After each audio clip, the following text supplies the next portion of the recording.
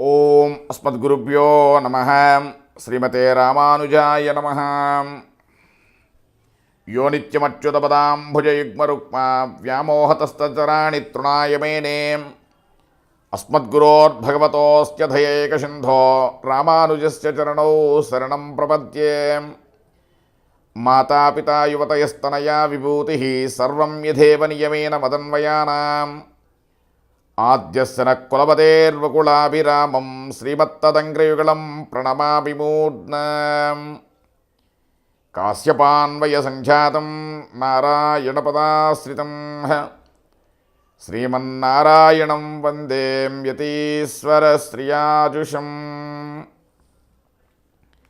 ప్రియ భగవద్బంధువులందరికీ అమ్మ గోదాదేవి అనుగ్రహించినటువంటి తిరుప్పావైలో ప్రతి ఒక్క పాసురాన్ని మనం కూడా గేయ రూపంగా మనం ప్రతి కూడా తెలుసుకుంటున్నాం. అయితే ఇప్పుడు 15వ పాసురంకి వచ్చాం మనం. ఈ యొక్క 15వ పాసురంలో అటు లోపల ఉన్నటువంటి గోపికకు మరలా బయట ఉన్నటువంటి గోపికలకు మధ్య సంభాషణని అమ్మ ఈ యొక్క పాసురంలో అద్భుతంగా వర్ణించింది. కాబట్టి మనం పాసురాన్ని అనుసంధించుకుందాం. నీలాతుంగస్తనగిరితటే సుప్తబుద్ధోజ్య కృష్ణం పారాజ్యం సంస్కృతి సరసర సిద్ధమత్యాపయంతి సోచ్ఛిష్టాయాం సృజనిగళితం యా బలాత్కృంచ భుంక్తే గోదా తస్యే నమైదమిదం భూయ ఏవాస్తు భూయః.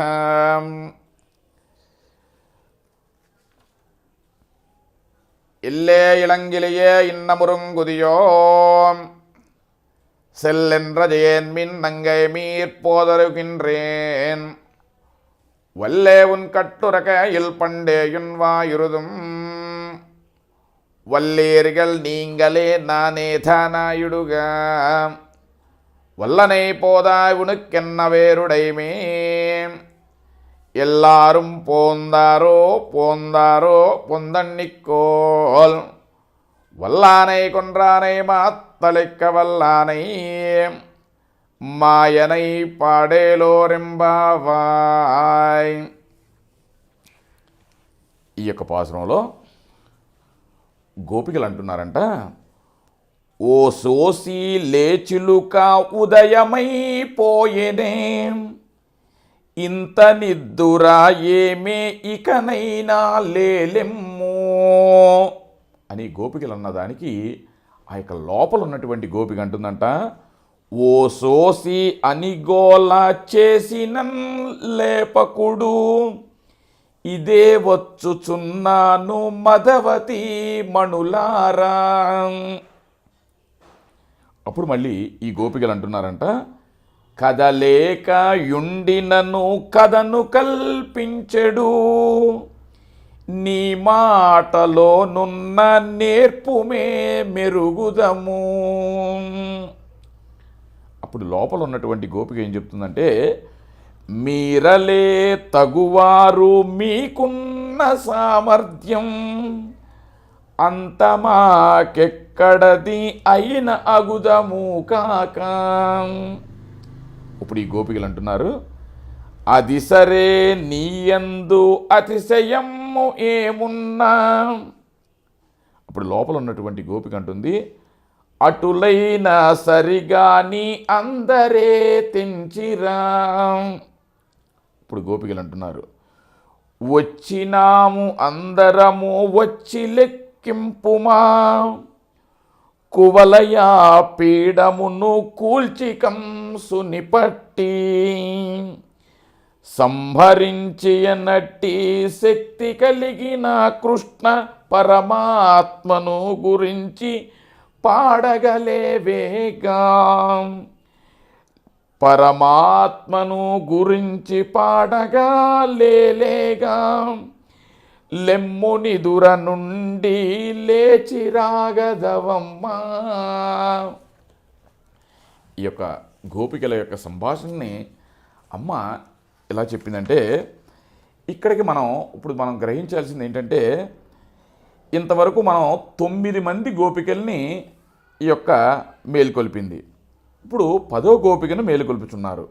అంటే మనకి దీనితో ఈ యొక్క పాసురం మనకి 15వ పాసురంతో ఇప్పుడు వరకు మనకి పూర్వభాగం కంప్లీట్ అయింది, అంటే ముగించిందనమాట. అంటే భగవత్ భక్తుల్ని మేల్కొల్పడం పూర్వభాగం, భగవాన్ని మేల్కొల్పడం ఉత్తర భాగంగా అమ్మ ఇప్పుడు వరకు మనం అందరినీ కూడా ఒక్కొక్క గోపికని చెప్పిందనమాట. అంటే భగవద్భక్తులను మేల్కొనిపెటువంటి 10 పాసురాల్లో మొదటి 3 పాసురాల్లో కూడా మనకి శ్రవణము, తత్ఫలము, శ్రవణం చేస్తే ఎలా ఉంటుంది, తత్ఫలితం మనకి ఏ విధంగా ఉంటుందో చెప్పింది. తరువాత 4వ పాసురంలో మననం, అంటే మాకు ఇలాగా 4వ పాసురం కాడి నుంచి ఏంటంటే మనకు మనసులో ఉన్నటువంటి స్వామి యొక్క గుణాలని మనం చెప్పింది. అయితే తరువాత 2లో కూడా ధ్యానం.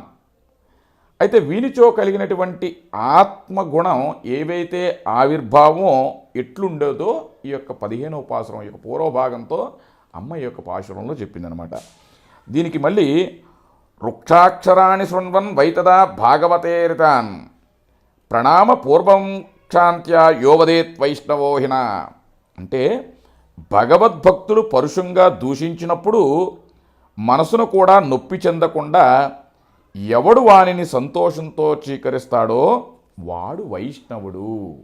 ఎదుటివారు దూషించినప్పటికీ కూడా మన మనసులో కూడా ఎటువంటి కూడా పెట్టుకోకుండా సంతోషంగా ఉండేవాళ్ళు ఒక శ్రీ వైష్ణవ సాంప్రదాయానికి ఉన్నతమైనటువంటి లక్షణంగా చెప్పింది అమ్మ. అమర్యాద క్షుద్ర చలమతి అసూయా ప్రసవభూ కృతజ్ఞ ధృమాణి స్మర్ప పరశ పంచనపర నృసంన పాపిష్ట. అంటే తన యొక్క హేయమైనటువంటి గుణాలు ఏవైతే ఉన్నా భగవత్ సమక్షంలో విన్నవించుచుండగా అసూయపరులకు వారొకరు అవునవును అని అన్నింటికీ కూడా సమ్మతం తెలిపారంట వీరు. అయితే వెంటనే వారు లేచి ఆ సమ్మతిని తెలిపిన వాని పాదాలకి ప్రణమిల్లి వాకు మీరు మాకు మహా ఉపకారులు, మీ సాక్ష్యం ఆధారంగా చేసుకునే ఆ రంగనాథుడు నా యొక్క దోషాలన్నీ కూడా వాస్తవాలని గ్రహించి వానిని తొలగించి నన్ను కాపాడాడు అని విన్నవించారంట. ఎందుకంటే మనకి పూర్వాచార్యులు మన వేదాంత దేశ గారికి కూడా ఎన్నో సంఘటనలు ఎదురైనాయి. అసూయ పరులు ఎక్కడైనా ఉంటారు. వాళ్ళు మొన్న గిట్టని వాళ్ళు ఎన్నో చెబుతూ ఉంటారు. మొన్న మా స్వామివారు కూడా చెప్పారు ఒక చిన్న ఉదాహరణగా. ఏంటంటే ఎవరైతే గనక ముందుకు వెళుతున్నారో వాళ్ళని ఆక్షేపించే వాళ్ళు, ఒక అసూయ పరులు అనేవాళ్ళు ఉండటం అనేది సహజంగా అంట. అది సాంప్రదాయంలో కూడా అది ఉండకుండా తన యొక్క నైత్యానుసంధానాన్ని తెలిపేటువంటి ఉత్తమమైన గుణం, అంటే తన యొక్క తక్కువతనాన్ని చెప్పుకోవాలంట. పరమాత్ముడి దగ్గరికి వచ్చి నేను ఇట్లాంటి వాణ్ణి, నేను ఎందుకు పనికిరాని వాణ్ణి, నన్ను ఈ రకంగా తీర్చిదిద్దావు, నన్ను ఈ రకమైనటువంటి మంచి లక్షణాలను నాకు అవలంబచేశావు, నేను ఎంతటి నీచుడునైనప్పటికీ కూడా అని చెప్పేటువంటి నైత్యానుసంధానం ఉందో చూసావా, అదే యొక్క సాంప్రదాయానికి ఉత్తమమైనటువంటి లక్షణంగా చెప్పింది. అయితే వీళ్ళిద్దరూ కూడా భాగవత గోష్ఠిలో ఉన్నవాళ్ళు, ఈ గోపికలందరూ కూడా. వీళ్ళు ఏమంటారు, నువ్వు రామ్మ అంటే వచ్చారా అందరూ కూడా, అంటే ఈ ఒక్క గోపిక కూడా నేను కూడా రావడానికి సంసిద్ధంగా ఉన్నాను, కానీ ఆమె వచ్చిందా, పలానా ఆమె వచ్చిందా, పలానా పేరు గల ఆమె వచ్చిందా అని అడుగుతుందంటే ఈమెకి కూడా వెళ్ళాలన్న ఒక మనసులో ఉందన్నమాట. అలాగే అప్పుడు విన్నవించగానే ఎప్పుడైతే నా దోషాలన్నీ కూడా వాస్తవాలని గ్రహించి ఆ రంగనాథుడు నన్ను కాపాడాడు అని చెప్పంగానే తమ దోషాలు తెలిపిన వారిని తమను ఉపకారులుగా భావించాడు. మనకి తప్పుని ఎప్పుడైతే గనక ఎదుటివాడు చూపెడతారో వాళ్ళకి మనం ధన్యత చెప్పాలి. ఎందుకంటే మనలో ఉన్నటువంటి తప్పును వాళ్ళు మనకు తెలియపరిచారు కాబట్టి దానిని మనం సరి చేసుకుంటానికి మనం ఉపయోగపడేది మంచి ఒక లక్షణం ఈ యొక్క సాంప్రదాయానికి. కాబట్టి అసూయపరులు ఎక్కడున్నా సరే మనం వాళ్ళలో ఉన్నటువంటి మనలో ఉన్నటువంటి గ్రహత, వాళ్ళు ఏమి చెప్పారో అది గ్రహించి మనం యొక్క నడుచుకుంటానికి మనం ప్రయత్నం చేద్దాం. అమ్మ ఇక్కడకు మనకి ఈ యొక్క పూర్వభాగం కంప్లీట్ అయింది. ఎందుకంటే ఇక్కడ వరకు భగవంతుని యొక్క గుణగణాలని తెలిపేటువంటి గోపికలందరినీ కూడింది. ఇక్కడ నుంచి మనకు రేపటి 16వ పాసురం కాడి నుంచి ఉత్తర భాగంలో అమ్మ ఆ యొక్క పరమాత్మలో చెందినటువంటి ఒక్కొక్క వారిని కూడా అందరినీ కూడా గోపికలు కాకుండా ఇలాగా నందుడు, ఆ యొక్క యశోదాదేవి, అలాంటి వారిని అందరికీ కూడా ఇప్పుడు భగవత్ గుణాన్ని కూడా ఇక్కడ నుంచి తెలుపుతుందన్నమాట. కర్కటే పూర్వ పల్గుణ్యాం తులసీం కారణోద్భవ పాండ్యే విశ్వంబరాంగోదాం వందే శ్రీరంగనాయకీ. ఆండాళ్ దివ్య తిరువడిగలే శరణం. జై శ్రీమన్నారాయణ.